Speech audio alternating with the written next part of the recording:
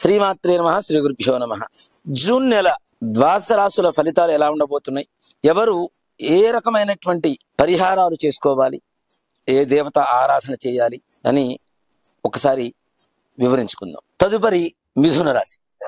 మిథున రాశి వారికి ఈ జూన్ మాసం కొంచెం కష్టకాలంగా ఉంటుంది.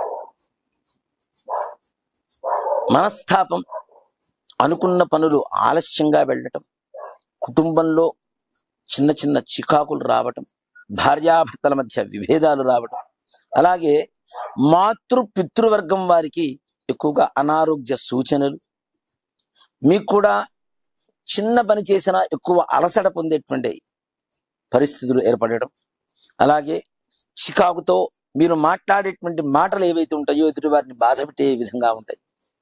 ఆ తదుపరి మీరు మరలా మనస్తాపం పొందడం, తద్వారా వాళ్ళేదో అన్నారు మనమేదో అనుకున్నాము అనేటువంటి పరిస్థితి రావటం, అలాగే ఖర్చులు అధికంగా ఉండటం, ఆదాయానికి మించినటువంటి ఖర్చులు. శుభకార్యాలు చేస్తారు కానీ మీరు అనుకునేటువంటి బడ్జెట్ కంటే కూడాను ఎక్కువ శాతం ఖర్చు అయిపోయి తద్వారా తదుపరి రుణాలు చేయవలసినటువంటి అవసరం రావటం, అలాగే మీకు రావాల్సినటువంటి డబ్బులు కూడా చేతికి అందకపోవడం, తద్వారా కూడాను రుణాలు చేయాల్సినటువంటి పరిస్థితులు రావటం, ఉద్యోగంలో ఉన్నత అధికారులతో ఎక్కువగా విభేదాలు రావటం, తద్వారా ఉద్యోగ స్థానంలో కూడాను చికాకులు పొందడం, ప్రమోషన్స్ ట్రై చేస్తూ ఉండాలి తప్పితే ఈ మాసంలో పెద్దగా వారికి సత్ఫలితాలు కనబడేటువంటి అవకాశం లేదు. కానీ వీరికి రాజకీయపరమైనటువంటి వారికి మాత్రం విశేషమైనటువంటి యోగదాయకంగా ఉంటుంది తప్పనిసరిగా. అలాగే రియల్ ఎస్టేట్ రంగం వారికి కూడాను మధ్యస్థంగా ఏదో కుంటిని నడక నడుస్తూ ఉంటుంది, నిదానంగా ఇదిగో అయిపోయింది అనుకునేటువంటి పరిస్థితుల్లో నడుస్తుంటుంది తప్పితే వారు అనుకున్నంత స్థాయిలో వ్యాపారం జరగడం అనేది తక్కువగా ఉంటుంది.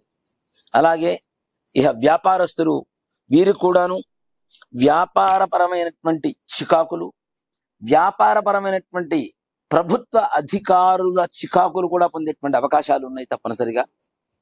వీరు ఈ మాసంలో ఒక పని చేద్దాం అనుకొని దాన్ని వాయిదా వేస్తూ రేపు ఆ తర్వాత మరలా రేపు చేద్దాం చెప్పి వాయిదా వేస్తూ ఉండేటువంటి ఒక అనిశ్చితి, అంటే ఒక బద్ధకమైనటువంటి వాతావరణం ఏర్పడుతూ ఉంటుంది. ముఖ్యంగా పిల్లలు పెడదారిని పట్టకుండా చూసుకోవాల్సిన బాధ్యత కూడా ఈ జూన్ మాసంలో మిథున రాశి వారికి ముఖ్యంగా సూచించబడుతూ ఉన్నది. అంతేకాకుండా ఈ జూన్ మాసంలో మిథున రాశి వారికి కష్టాలు ఎక్కువగా ఉన్నాయి కాబట్టి వీరు సుబ్రహ్మణ్యేశ్వర స్వామి వారి ఆరాధన చేయడం ద్వారా ఈ కష్టాల నుంచి బయటపడేటువంటి అవకాశం బాగా కనపడుతుంది. ఇంట్లో ప్రతినిత్యం కూడా సుబ్రహ్మణ్యేశ్వర భుజంగ స్తోత్ర పారాయణ చేయండి. సుబ్రహ్మణ్యేశ్వర స్వామి వారి పటం ముందు చక్కగా దీపం పెట్టి ఒక అగరబత్తి వెలిగించి చిన్న గిన్నెలో పచ్చిపాలు పంచదార అక్కడ పెట్టేసి నివేదన చేసి ఆ తీర్థాన్ని అందరూ కూడా కుటుంబ సభ్యులందరూ కూడాను తీర్థంగా స్వీకరించండి. ఆరోగ్యపరంగా, సంతానపరంగా, వ్యాపారపరంగా, ఉద్యోగపరంగా, కుటుంబ పరంగా అన్ని రకాలైనటువంటి చికాకులు కూడా తొలగిపోతాయి.